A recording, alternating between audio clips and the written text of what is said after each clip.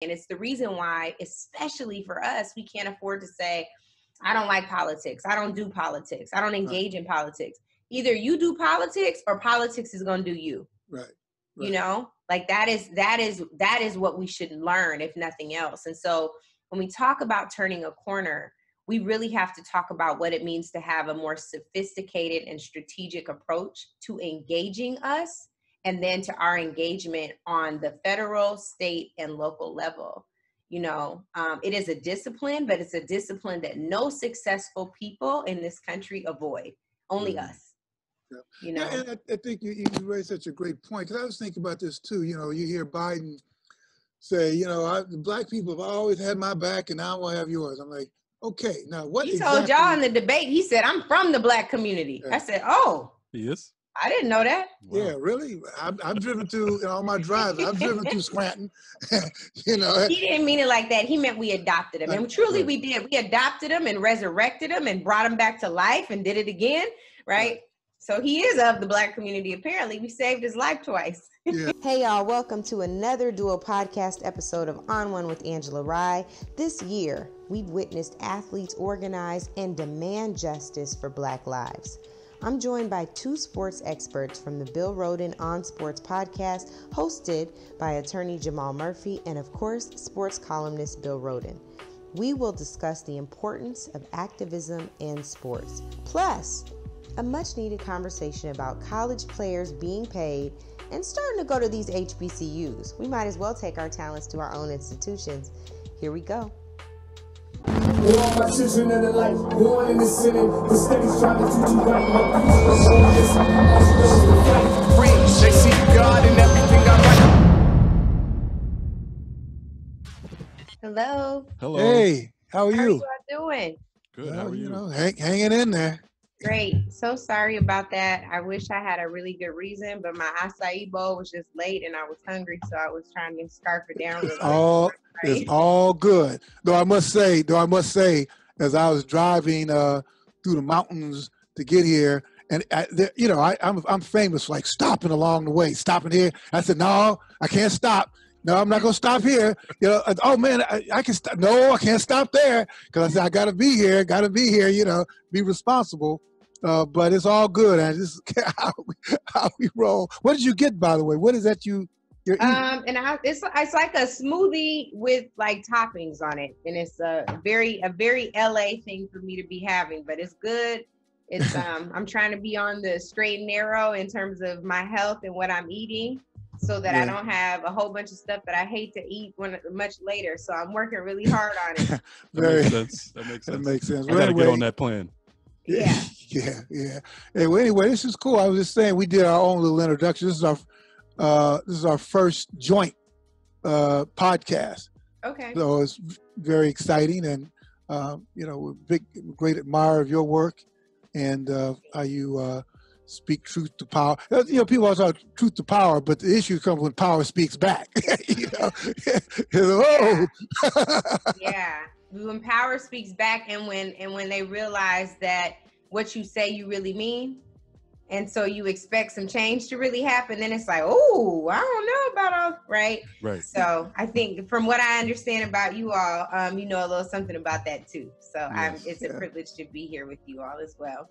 Yeah, it's all good. So I guess we'll be sort of like, like basketball, like they have like a two-guard offense where you don't have a point guard, a shooting guard. You just have two guards. You shoot, I shoot, So, but let me. I do have a question. You're an attorney. Yes. Yeah, you're an attorney, and there's so much I wanted to ask you because this whole political thing has been. Wait, hold on. Are we officially starting? Oh, wait a minute, Murph. You ain't recording all this? I am recording, but are we just hopping in like this? I'm just We hopping in like that. Okay. It's a cold open. All right, cool. That's what happens when you late eating acai bowls. I'm just making sure. Okay, let it go, Bill. Oh no, what's it been like for you? As a journalist, just these last so last year, it's been just so bizarre. I mean, I find myself, at some point, I stopped. I really had to put myself on on a diet. You know, for years I spent most of my career getting on sports fans about using sports as an escape. You know, but you know, Pat, you know what? I said, you know what? I'm gonna start using shit as an escape too, because this is just too much, man. Let me just listen to the sports show. You know, shit doesn't mean anything. Yeah. You know, but what's it been like for you to be inside this political bubble, and every single hour it was just something else? Yeah. You know, I told somebody the other day that I feel like I have been consistently traumatized and triggered since 2016. And you don't realize the type of psychological effect it has on you. But I knew it was something because I used to, just to give you an example, in my last apartment, I had them mount 2 TVs so that I could watch CNN on one screen and MSNBC on another screen, and sometimes just flip to Fox so I could just see what was going on. Right. When I tell you, I damn near don't want a TV in none of the rooms in the house, right? Like, I was just like, forget it. I can't handle it. I don't want to see the breaking news, because it's some stuff that's gonna in some way oppress me or a group of people I really care about. And then I was like, well, if you have this heightened knowledge where, you know, I worked on Capitol Hill, I am a strategist, I work to solve problems. Bill, you know, for me, I'm like, this isn't what I signed up for. When I went to go work on Capitol Hill, this is not what I wanted to do. And so then what I really had to wrestle with is like, what is my role in this? And how do we dismantle the thing that we've so long talked about dismantling, because it could have ended here, right? If we're not careful. And so it really was an awakening. And I think that I'll never go back to watching cable news the way that I once did, because it's so reactive. I really want to be a part of solving the problems. And not just talking about them. And to that extent, I'm wondering, you know, we're talking about ratings. Like you, sometimes I'll do the dark side a little bit. I listen to a lot of radio because I'm in my car a lot. That's how I've been sheltering in place since March. I've driven cross country. And then I said, let me just keep sheltering. Let me go here. Where did you drive? I want to hear about these road trips. Where did you go? Well, Bill, you used to do that before the pandemic also. Well, yeah, I did that before. You got called out. Out. It's not a new thing. Okay. Yeah. Well, but I think that actually, you know, I was in March. I flew from New York to Kansas City because I had this speaking engagement at this art museum in Kansas City. And that was also the first day of the Big 12 tournament. And so I said, let me go to the Big 12 tournament. This is Wednesday, you know, first day of March Madness and the whole thing. And things were popping a little bit. You know, there was still, you know, how with early March, we're kind of, the pandemic is still, well, you're from Seattle, right? You're from the West? Yeah. We'll start out your way. Well, this is kind of something that's China with somebody in Seattle, but you know how we are, man. Well, it ain't here, so it's just. So I was in Kansas City and all that, and then the NBA shut down that day, and I thought the guy that I was sitting with the Big 12 commissioner, and we were talking about stuff and all that, and he said, "Man," he took a call. He came back. The NBA just shut down their season, and so I was waiting for him to laugh. And he said, no, I'm serious. They shut down the season because of COVID. I'm like, wow. Yeah. And that night, he was supposed to say, well, you know, we got first day of the tournament tomorrow. We just have no fans. But by the end of the night, everybody was shutting it down. I'm like, wow. So I had to be out at Arizona. I teach a course at Arizona State. Mm-hmm. So I was flying out to Arizona State. But by the time I got out there, you know, it was really severe. So I said, you know what? I stayed out there for a week. I'm not flying back. You know, no way I'm flying back to thing. And as Jamal said, I don't need an excuse. So I said, I'm driving back. And then, I'm driving back. I ended up writing a story about my drive back. Yeah, but that was it. But there was a question I wanted to ask you about it was just so nerve-wracking. But when did it become real for you? When did the pandemic become really real for you? You know, I'm going to be very honest with you all in saying I'm a hypochondriac. Uh-oh, here we go. So when you're not a Virgo, you're a Libra. I'm technically a Scorpio. Yeah, okay. But I'll tell you what, I don't play about germs. I'm the person on the plane who had a mask on before the pandemic started. Oh no, really? Yeah, I was that person because I felt like every time I got on the plane, I got sick. So I was like, people don't watch that. I'm the person that's like, you weren't in the bathroom long enough. You need to go back and wash your hands longer. Like, I'm that person. Or if somebody that I don't know is in the bathroom and I watch her go out of the stall and get ready to go to the door, be like, right? Like, I'm that person. So I was already there. So now when the pandemic hit, I was like, well, people are traveling, like they're traveling and it's not going to stay contained in China. Yeah. And I know that I'm on the West Coast mostly. I was going back and forth between DC and LA at the time. And then the first quarter of the year, every year is a busy travel month for me because that's when all of our speaking engagements are. We have from Martin Luther King Day through the end of Women's History Month. That's right. That's right. On it. Yeah. So we literally started seeing, and I'm like, we're traveling through international airports. Like there are flights coming in. So I'm like, well, let's look at should we get some rain suits or some hazmat suits or and masks? Like what all do we get? So I start ordering all this shit. And there's a video of me and my assistant fake twerking in rain suits because we were going to wear it on the plane. I had on my hazmat suit and I remember people being like, wow, you're so over the top. It's so extra. Ask me how many of those same people now where you get those hazmat suits. That's right. Well, remember how we used to hit me early. Remember how we used to look at the a few years ago, a lot of people, our Asian brothers and sisters, we're walking around with masks, and we'd be like, all right, really, the mask, and they now, were on to something. Yeah. So if we could wear masks and wash our hands, I insist on wearing gloves, like latex gloves to the gas station, to the grocery store. Too many people, I do it. You pick up a product, you put it back down. Right? You don't know where people's hands have been. People all in their noses. It's all kind of stuff, and you have to be aware of it. I know it's nasty to have to think about germs, but it's much nastier to be on a ventilator or have headaches for the rest of your life because you don't know what kind of impact COVID is going to have on you.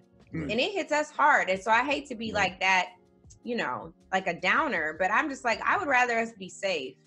My dad is, hypochondriac-ish, and I always used to be like, Dad, why are you so crazy about this? And his response in his very Shreveport way is, you still here, ain't you? So that's my thing to y'all, listen to this so you can still be here. No, you're right. And one of the big reasons we're in this situation, not only about half or if that number of people are smart and acting safely and wearing masks. One of the reasons we're in that situation is because of the ex-president, or the president until January 20th, 45. We've had the election. Biden has won the election. Trump, of course, still trying to hold on, spreading lies. But where are we now? Where do you think we are now in terms of turning the corner? Do you think we can turn the corner? How much work is it going to take? All that. What I think is important is that we really start having a conversation about what the corner is. Meaning there are a set of expectations that I think a lot of people who look like us have, and we haven't articulated them. We have some intentions that haven't been shared. We have some ideas about, what freedom from oppression really is that we haven't articulated and even gotten on the same page about within our own community. Yeah. Is it enough? Let's say Joe Biden had an all-Black cabinet. Is that sufficient if the people that he appointed don't do any of the things that we want done? Right. When it comes to the criteria that we use to judge whether or not these people are skin folk or kinfolk, how are we laying out that same set of criteria for our white brothers and sisters, or our brown brothers and sisters, or our API brothers and sisters? When we start talking about the policies that they immediately want to put into place, how have we weighed in around that? I thought one thing Derek Johnson did yesterday, the president of the NAACP, has laid out how they think that there needs to be a White House senior advisory role around racial equity and civil rights. It's brilliant. Right? There's not a reparations conversation to be had in this country without talking about equity first and foremost. And so it's that kind of foresight and thinking. And it's the reason why, especially for us, we can't afford to say, I don't like politics. I don't do politics. I don't engage in politics. Either you do politics or politics is going to do you. Right. You know, like that is what we should learn, if nothing else. And so when we talk about turning a corner, we really have to talk about what it means to have a more sophisticated and strategic approach to engaging us, and then to our engagement on the federal, state, and local level. You know, it is a discipline, but it's a discipline that no successful people in this country avoid, only us. Yeah. You know, and I think you raised such a great point, because I was thinking about this too. You know, you hear Biden say, you know, the black people have always had my back and now I will have yours. I'm like, okay, now what he told y'all in the debate, he said, I'm from the black community. Yeah. I said, oh. He is? I didn't know that. Wow. Yeah, really? I've driven through, all my drives, I've driven through Scranton. You know. He didn't mean it like that. He meant we adopted him. And truly we did. We adopted him and resurrected him and brought him back to life and did it again, right? So he is of the black community, apparently. We saved his life twice. Yeah, at least in the election. But to your point, you know, you just have to be more discerning. Yeah. Don't throw us a whole lot of black folks. I like your term, kinfolk. I like that. That's Zora Neale Hurston. I was brilliant. Yeah. Well, you can own it, you know. but you know, you have to be more discerning. And I don't know in our community if we really had that discussion yet. You know, we really have, because it's, you know, we're polite. We, you know, publicly, we don't want to kind of thing. We haven't really dove into biracial. I mean, we haven't really touched that stuff. But maybe, and I don't know what you've seen, maybe this whole thing with the quote unquote democracy being threatened, and that's maybe we're about to have that kind of discussion as a people. I don't know. You know, I don't know. Well, and part of it too is I think that for those of us with platforms, we have to understand the very important role we play in advancing that conversation. There is no discussion that will be had if it's not brought up, right. and brought up in spaces where people normally are in dialogue, even if that dialogue is screaming at your radio across country in the car, Bill. You know, but we have to start it somewhere. And I think the main thing is when we come to terms with the fact that, like, okay, I'm black, but I think differently than this brother or, you know, this family member or whatever, but we still need to engage in dialogue. You know, if we think something different about housing, or we think something different about access to capital, or we define equity differently, all of that is fine. If you think charter schools are fine or you don't, we have to have the conversation about what real advancement looks like for our people. Nobody is going to go further to advance black people than black people, exactly. Right? Even if Joe Biden becomes the JFK or the Lyndon B. Johnson of this millennium, right? You know, he's not, or this century or this decade, he is not, he's not going to go further than we push him. And so, you know, I think the thing that's hardest for me right now in a space where I'm still in push mode, and I love Kamala like a big sister. I don't know Joe Biden as well, but I believe that just like Barack Obama told us once in a meeting with the Congressional Black Caucus, that he wasn't the president for Black America. He was the president for all of America. And if we want something done for Black people, we need to push him. This was a former member of the Congressional Black Caucus saying this. I don't take offense to that. That is all true. And we all know that as the black president, he was going to have a hell of a time getting something done because they didn't want him to. There were people in the Democratic Party who didn't want him to. Right. So why not understand that this white president-elect who served under Barack Obama will also have to be pushed? You know, there are Black people in my comments who are like, you're not giving him a chance. Just let him. No. I don't, my role here is not to give him, to just, well, let me just sit back and see what he does. Right. You can do that. Right. That is not what I'm going to do. My tradition says faith without works is dead. I'm going to work my ass off to make sure that our bases are covered. I'm going to make sure that on every end, whether we're talking about the Black to the Future, Black Agenda 2020, and all of the conversations they have with Black people all across this country, I'm going to make sure that Joe Biden and everybody on his team hears that from us at every turn. When I want to see Black women in the cabinet and Black men in the cabinet, Black people in other roles throughout the administration, I'm going to tell you, I'm not going to expect for you to read my mind. Right. What relationship, whether it's in your family, your significant other, a student to or a teacher to pupil, who knows how to read minds? Right. I'm gonna tell you exactly what my expectations are, exactly what my intentions are, because I don't trust you to figure that out for me. Right, right. And you got to push people. I mean, there's accountability. I think that's to me, the word is 2 words. And I guess the point I was trying to make when we talk about Biden and tell Black people is that what I've realized, I've always realized more succinctly and more profoundly, is how we as Black people, we really need each other. It's not Democrat or Republican or independent, like you said another way, but we need each other. That's the only reason why we've been here for 400-something years.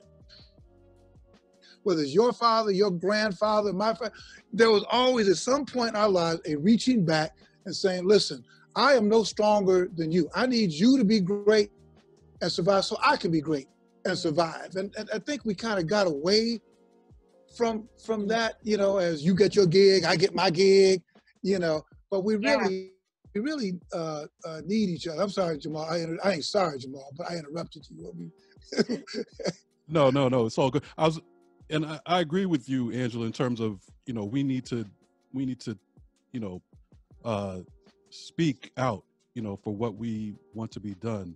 But is there, like, should we all be doing that? Is there a thin line when it comes to that, when you have, you know, a whole entire party on the other side, basically their job is to create division among us also.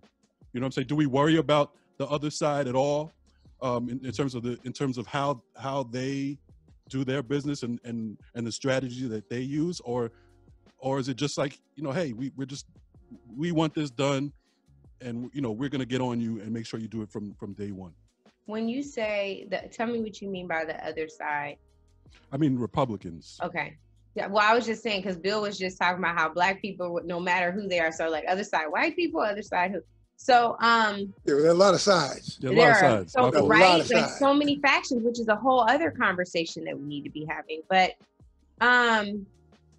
worry, I'm trying to really walk out of worry, meaning I don't see it as a productive way to expend energy for me. Aware and discerning and clear-eyed, yes. I also think that we cater to them too much. Yeah. You know, like you look at, there was an article yesterday saying that Joe Biden is going to create a position to reach out to conservatives. Right. Bitch, you about to lose your whole base. Right. What are we talking about? Like, and even when you think about how Black men have been talked about in post-election commentary, like, oh, Black men voted for Trump 20%. Right. Let's talk about the white women at 55%. Let's talk about the white men. Majority of white people voted for Donald Trump. Right. Don't put that energy over here. Exactly. Right? Like, come on. And It's a distraction. So, and it also is an elitist expectation, right? That like, how dare 20% of you go and do something different? It's like, why don't you get to why? Right? Like, how can I serve you better so that you feel like this is the safest space for you? Clearly, there are many of us, me included, wrestling whether or not this two-party structure actually serves our interests. Right. Mm-hmm. Right. Exactly. You know? Exactly. Because you said democracy. Is democracy a two-party system? Right. Well, that's the whole dilemma. By definition, is not. I mean, that means you have this, that, and that's not necessarily freedom. Yeah. You know, one thing I wanted to ask you about, you know, we dabble in the sports space a lot. No, not dabble. That's kind of where we come out of. And I was just wondering what you saw this year was just so remarkable from a group of people who could be as apolitical as you like, you know, brothers and sisters, but they really stepped up. You know, LeBron started focusing on voting and registering to vote. The women in the NBA, WNBA, who have been way ahead of the curve in terms of protests for a long time, they were ahead of the curve even in terms of Warnock. Right. Yeah. That's how I first heard of him, through the WNBA. Through them. So what's been your space. What's been your perception, and you went to UW, which is a sports factory, by the way. But what's been your perception of the sports piece and how it's reacted to this, to the protest movement? I really just want to commend these young people in so many ways, starting with the women, because the women are so often overlooked and we go straight to, the NFL or the NBA, of course, just given the audience sizes, but the women, whether we're talking about arrest the cops who killed Breonna Taylor, or taking on Kelly Loeffler, who, not only disparaged Black Lives Matter, but also stated that this wasn't a place to be political, as if our survival is political. Right. And so I commend them all, not only for what they did leading up to or after George Floyd, Breonna Taylor, and Ahmaud Arbery, but also for November and those elections, and now leading up to the Georgia runoff, what they're doing. I wrestled a lot after the Jacob Blake incident, the shooting of Jacob Blake, whether or not the players should sit out for longer with the NBA. Yeah. Had intense debates with Chris Paul about it, who I really came to respect his position, that the players were better off playing, not to pretend like Jacob Blake and the fact that he survived didn't matter, but what do they do when they go home? And I think the question remains, what will they continue to do? You stood up a fund, but how will that fund, really increase opportunity in our communities? Sure, there were stadiums that opened up and became voting centers. How will these things not be in response to a crisis, but become normal? Right. There's so much that can be done. And even, the other thing that I thought was so dope that Chris did during the season, he was representing all these different HBCUs. Bill, I know you appreciate this as a Morgan State grad, but, he was representing these HBCUs, these different sneakers, every playoff game. Yeah. And it made it so that HBCUs are cool. You start seeing students who are top athletes in high school now choosing HBCUs. My dad's been saying this for years. Bill, y'all should talk, especially with this book. I got to make sure he has your book. But, you start looking at this and you're like, we can actually dictate different outcomes. Yeah. The very thing that Black folks have been crying for, which is for capacity at HBCUs and for them to be competitive, shifts if top athletes start going to these institutions. Right. And so you really start to recognize, thankfully, because of the courage of these players in the WNBA, the NBA, the NFL, that you actually do have all of the power, that they actually don't run you. And it shifts with a simple decision. And so hopefully those decisions will start happening in high school so that things even change for our institutions. It's so funny when the Bucks decided not to play, and it was basically organic. Yeah. But it was almost like the light went off and said, man, if we don't play, there ain't no game. There's no game. As soon as they said they ain't playing, it was like a domino effect. Yeah. Like, okay, what do you want? And I think that's become another issue. Okay, what do we want? But you're right, there's so much power there. But also though, the NBA and NFL are so white run. Yeah. I'm like, so you guys, you really need to focus on your industry too. Let's get some, why is it so hard for y'all to be head coaches? Why is it so hard to get up in the C-suite? Yeah. Why is it so, but I think you're right in that once you realize your power, I guess in each, and maybe in all of our lives, there's been a point in our lives early on where you realize your power, your brilliance. You realize, man, I could do this. So I actually wanted to ask you that. You grew up in Seattle. I'm just curious. This is kind of random, but what is one of these? How did you get here? Kind of point. How did you get to this point? But were you always? I don't want to say militant, but were you always you know, this, I mean, were you always an activist? Were you always, you know, focused on Black empowerment, Black women power? Well, so before we go there, this point that you just raised around why is it so hard for players to become coaches, right? One of the biggest frustrations from this summer, and I don't know if you all have experienced this, you know, there was this moment where all of a sudden it was like the scales came off of eyes, and 2020 really meant perfect vision, and folks could see things exactly as they are, and folks could understand racism is real, because oh my God, there are disproportionately more Black people dying to this, and brown folks, and then now George Floyd, and we can't go anywhere. We actually have to sit and watch this 8 minutes and 46 seconds, at least based on the first count, right?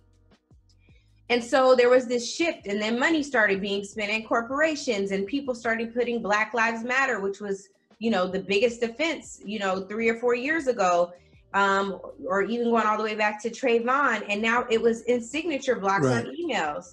It was trending. It's on the NBA court. Right. But if our Black lives can't matter on corporate boards, right, and we're not the people that you call to pay equitably as consultants and contractors. Yep. And you don't hire our firms, and you don't ensure that our newspapers and our radio stations and has the same ad buy, even to the Biden campaign. Yep, absolutely. You know, like, what really changes? Right. What really changes? And I'm not saying that economics will solve all aspects of this, but it's not just the economics. It's how you perceive us. Right. It's how you perceive our value and our worth. Yeah. And I will tell you this, which fits right into the question you just asked me. My dad is an activist, a very proud agitator, one who has a bullhorn in his trunk still right now at 78 years old. And named me after Angela Davis. He loves to brag that my first protest was when I was 2, anti-apartheid. I was not choosing to go to said protest, obviously, but I'm not opposed to going to a protest of, opposing apartheid, especially now that it's here as well. But that's another conversation for another day. And so I just have never known another way of being. What I can also say is that I grew up in a very rainbow coalition existence. My dad was protesting alongside of African immigrants and the Asian community, you know, has been on delegation trips to the and helped his friend Roberto Maestas in creating, well, he didn't create it, but helped to fight for El Centro de la Raza, which is a facility for brown people in the Beacon Hill area in Seattle. And so my point is just, I never stood in isolation on a Black fight. Definitely pro-Black, but I'm not anti anybody else. And I think that if we win, we all win. Right. And I think the sooner we get there, the better it is for everybody. So. That was such a profound point, though, about getting back to the whole, every corporation was putting Black Lives Matter, and even the NFL, you know, the Goodell says, kind of like Biden, Roger Goodell, the NFL commissioner, was, Black people have made this league. That's a word of timeout. You know, how much business do you guys do with Black vendors? Right. Yes. You know, how many, again, how many people are on your executive board? I mean, if you go down to CNN, walk through the building, the corridors of power, you know, all this mess. Same thing in every corporation. You know, that's okay, but I want deeds, not words. So it's how do we get to demand that? I guess that's the next level. You know? And it also trickles down to the players and to us, to Black people in general. Like, you know, are people of wealth hiring Black law firms or Black lawyers, or Black accountants and agents and stuff like that. So it's kind of, I mean, obviously it starts somewhere, and we kind of just fell into line, you know, on how this country operates. But you know, as Angela said earlier, there is like we've been talking about this for years and years. There's a responsibility that we have, you know, to stay engaged and that type of thing. So I'm wondering, you know, how do you feel about where we are in terms of, engagement. I'll keep it to, to voting right now. We got the Georgia elections, the runoffs coming up. How do we keep that momentum? Because remember, we had great turnout when Obama was running. Right. And then we didn't have great turnout once he was gone. Right. So we have a history of showing up every now and then. Mm-hmm. So how do we really ensure that we're here to stay? Yeah, and I think that's exactly the question. Talking about being here to stay and what we do. Like, they actually go hand in hand. So engagement around where we spend our money is the same discipline that we need to ensure accountability and turnout and overall activity in our politics, right? So you brought up the thing about, how many of us use Black attorneys or agents or whatever. All of my people are Black. I just don't play that, because what I'm not going to do is go out here and be demanding something that you don't see in my own life. Right. We have an intern cohort with, like, I think right now we have 70 interns, all Black interns, mostly from HBCUs. Right? Like, we're not going to be a part of this conversation about, we'd love to have somebody Black if they're qualified. You don't put that caveat on anyone else. Right. And we're not going to do that here. But since you're concerned, we're going to make sure they're very equipped to work with you and for you, or to have you work for them. Right. Exactly. Yeah. And so, I think all of that applies. And even when you go down to this piece around Georgia, the very thing that we're talking about around agenda building and making sure that Black folks have what they need, none of that matters if there's not a majority in the Senate. Exactly. We know what Mitch McConnell and his friends stand for. They were not even willing to spend more money to protect the electoral security process. They weren't even willing to pass legislation for that after it passed the House twice, right? And so I think that our reality is that we have to do this ourselves, like we've always done. It is possible. There are numbers the other day that came back, the registration deadline for January was December 7th. The numbers came back 70,000 people. Sorry, this wasn't about registration, but 70,000 people, more people than in the November general election, have requested absentee ballots. Yeah. They believe those numbers are disproportionately people of color and young people. That's great news. The thing is, we have to make sure that people return their ballots.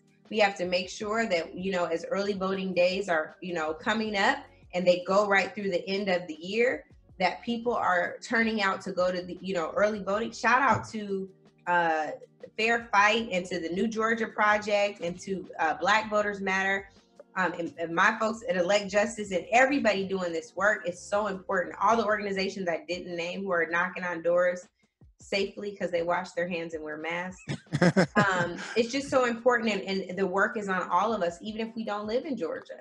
Yeah, there was in fact I was talking to Sister Elizabeth Williams, who plays for the Atlanta Dream and the WNBA, and we were saying, that it's important that athletes continue just to keep the foot on the pedal to the metal. Yes. All those brothers and sisters who play in Atlanta for the Falcons and for the Hawks, just to keep it going, because this thing. And I think so. I think the mere fact that you had POTUS 45, anything he's involved in galvanizes us. Yes. If he's involved, it ain't good for us. So, and I think sometimes we need to see that polarity. We need to say, oh yeah, our survival is at stake. So we're going to show up. So I hope so. And let me ask you about that. I've heard a lot of people will say that, that the Trump 4 years was a good thing because it woke people up. It may have woken us up to stay. We'll see, hopefully. There's no way I could call it a blessing in disguise. There's no way that's a blessing.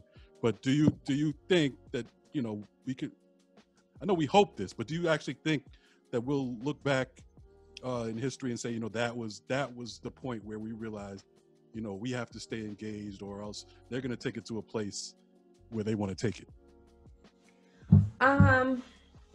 You know, it's so hard, and just from a place of compassion and empathy, I don't ever want to look at this time where, you know, nearly 300,000 people. Are we over 300,000 people? How many people have died from COVID now? Anyway, close. We hundreds of thousands past of people. the 200,000 mark. Right. No, yeah, we were close. It was over 280 a week. I'll check. But the point I'm raising is, I don't want to look at this time and be like, oh, this was good for us because of this, because there's so much loss that had to take place. You know, it's 286,000 right now. Okay. And then you think about the number of people who have had to, you know, shutter doors on businesses that were their lifelong dreams. And you think about the number of Black people who've been killed at the hands of police, or people who thought they were just as important as the police or above the law. And what I hope happens is that Black people realize that it doesn't take crisis for us to appreciate our value anymore, or our power. If Dr. King defined power as the ability to achieve purpose, how can we ensure that we're always living on purpose and always providing that opportunity and ability to other people who are oppressed? We don't have to have it all to be able to do something. You know, we're all able to do something. So what is that thing, and how can we ensure that we never put it down? Because every day that we open our eyes again, it's another opportunity to not only open a door so that we can walk through and live our best life, but it's to keep that door open for somebody else. So I don't want to be, you know, the type of folk that require tragedy or crisis to move the needle. And I don't want to celebrate it. I will tell you, it's been an amazing year of awakening, but I regret how much it took for us to get to this point. I really do. Yeah. Really Our guest is the wonderful Angela Rye, and I guess we're her guest too. I don't know how we do that. Our guest is, and we're her guest. But Angela, this is so much I'd like to ask you. And by the way, there's I run this, I don't know what we call it, Foundation for the Undefeated. It's the Rhoden Fellows. And it's each year for the past 4 years, we get six great students from 6 HBCUs. Yes. And it's a fellowship. It's a year-long paid fellowship. And it's really been remarkable. You work with young people and to see kids blossom, but they would really love, I would love, now I don't want to put you out. We can cut this out, Jamal. I don't want to put on. No, you can put it on. I'd love to talk to them. I would love to talk to them. Would love to hear more about the program. Have talked to Kevin a little bit about the program, and would love to see it continue to grow and get bigger. Would love for young people, even in our intern, we have 3 cohorts. Love for them to know about it and get engaged. Love to get more corporate sponsors so that there are more and not less. Would love to challenge all the sports leagues to put money up so there are more things. Seriously, like really getting people to understand what it will take to build capacity. It'll be real dedication and effort. But yes, you got it. I'll do it. Well, my point, I was going to ask you a kind of, sports. Do you play sports? Have you played sports? We wanted to kind of ask you, who do you think, what's your favorite sport, your favorite teams, since this is, Bill Rhoden on sports, we got to ask you some sports. Well, I'm with it. Again, grew up watching basketball a lot with my dad, some football. He tried to make me watch baseball. That's like watching paint dry. I don't mind going to a baseball game though after COVID. So let's see. I think that one, lifelong Seattle Supersonics fan. So I'm wanting the Thunder to send my team back. What else? Before Colin, I was a very, very big Seahawks fan, and that came later because when I was growing up, I felt like the Seahawks were always losing. And then after Cap, now this year, I'm like, okay, can I watch football again? It's been kind of tough for me to figure out how to get back engaged because it was really frustrating to see how that was handled. But I'm kind of starting to watch now. One eye, just kind of. Yeah, it's like peeking. Because that's what I told my dad. I was like, what we doing, Dad? My dad lasted the first season. And after that, he was like, listen, I can't do it. I tried. Right. And then what else? I wish I watched more WNBA. I need to, but I'm clearly more basketball. I used to downhill ski race growing up. Okay, all right. Basketball. Okay. In fact, I did a 3-point contest with Snoop and lost miserably. But Snoop challenge. I'm gonna be ready next time. Well, she got some sports cred, you know. A little bit. Yeah. So And I was a Fab Five fan. Jalen knows. Yes. Like, I'm like, okay, I want a Fab Five reunion. Like, what's going on? I had the black Nike socks, the jerseys, all that. I told Chris, I was talking to him for the book, and I said, Chris, man, what you guys did was a rebellion, but it wasn't a revolution. You know, he said if you five would have gone to Howard or Alcorn or whatever, it would have. The repercussions of that would have been phenomenal, but I get it. And they still would have went to the Final Four. They still would have gone to the Final Four. That's the whole point. And not only that you would have been more known. If you go to these big white schools, you're just some other black guys who make a rich institution richer. If you go to Alcorn or Howard, take them to the Final Four, we're still talking about you today. We're still talking about the Fab Five today, but your point is in a different way. Because it would have been so many other Fab Fives after that. You know what I mean? Like your point is tremendous, and that's the same thing. Again, my dad, I really want to get y'all together because this has been his point forever. Like he's always talking about, and he wants, of course, college athletes to be paid. You know, there's so many stories. I know you all have them. I have them from people I went to school with, from people I talked to just to understand. There are kids using their scholarship money to pay their mom's cell phone bill. Right. Yeah. You know, that's not fair. Their coaches are making millions. Yeah. You know, and it's like you can't reconcile those things. But yes, but we like your dad. We like your dad to be on the program. He's got an open invitation so we could debate that point. He would love that. Yeah, I'll tell him. I should have brought him with me today. He should let me get a vote. Right. Yeah, so, I'm not. Yeah, well, we'll go ahead, Ozier. I mean, Ozier. Damn, where did I get Ozier from? Jamal. Ozier's cool. That's my man too. Yeah, Ozier's great. Pulitzer Prize winning photographer, my colleague at the New York Times, and but go ahead, man. That means you should check on him today, Bill. That's what that means. Good point. So before we let you go, like you said, you're a sports fan. You mentioned something just now about the college athletes obviously should be paid, but they're playing during a pandemic, these college kids, and so are the professional sports leagues. Yeah. What's your feeling? As you know, you see this going on. What's your feeling about all that? Like the fact that they're just trying to power through a global pandemic. Yeah. You know, I understand both sides of the issue. I understand folks needing an outlet, but I just keep wrestling with at what cost. You know, when the NBA again was talking about going back right around George Floyd, and I was like, man, how powerful, what else could you guys extract from the league? And therefore, the rest of our community be able to extract from the federal government, state and locals, and from corporations if you just wait a little bit longer. And so the question really becomes not the fact they're playing now because they're playing, but when there's something else that will happen because there will be a thing, can they sit down and be disciplined enough to say, you know what?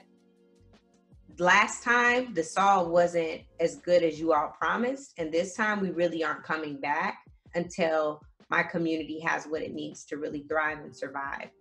And I think that's what is required of us right now. It's a different level of discipline. We are a spiritual people. Yeah. And I just got to believe that there's something greater for us. Yeah. Yeah. You know? That's well said. I think we should stop there because you can't get any better than that on that sense of hope, really, because that's what drives us. That's what's carried us all these years, you know, just you look back at your grandmother, you know, whenever something goes down, that's the first thing I do. You know, I tell my daughter that. I said, you know, yeah, it's tough, but if you just go back 4 generations to your great grandmother who had no reason to go another step, but there was joy and hope. I mean, she would look at you and say, if she knew that in 1865, that you'd be where you are or we'd be where we are, she'd say, hallelujah. You know, that, let me go back. You know, it's just that sense of joy and hope that's carried us through. I mean, it's that kind of power. So, you know, when I see you and, you know, I mean, it just gives you me the joy and hope that, man, we're going to be okay. But you got to keep grinding. We do. You know, you got to keep grinding. I have this necklace. This is Harriet Tubman on here.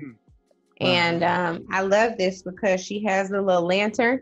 And to me, I'm like, all right, that's my guide. So when you just said that, I was like, let me shout out this connection because it's something that reminds you, man, you think about the resilience it took to go back 19 times. That's right. So that might mean that, yeah, we sat out one time and then we didn't get what we wanted, but it's never going to get old.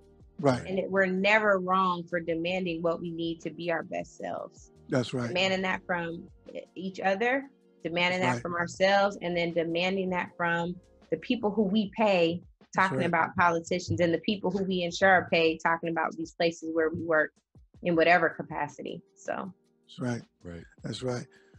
Well, whew, all right.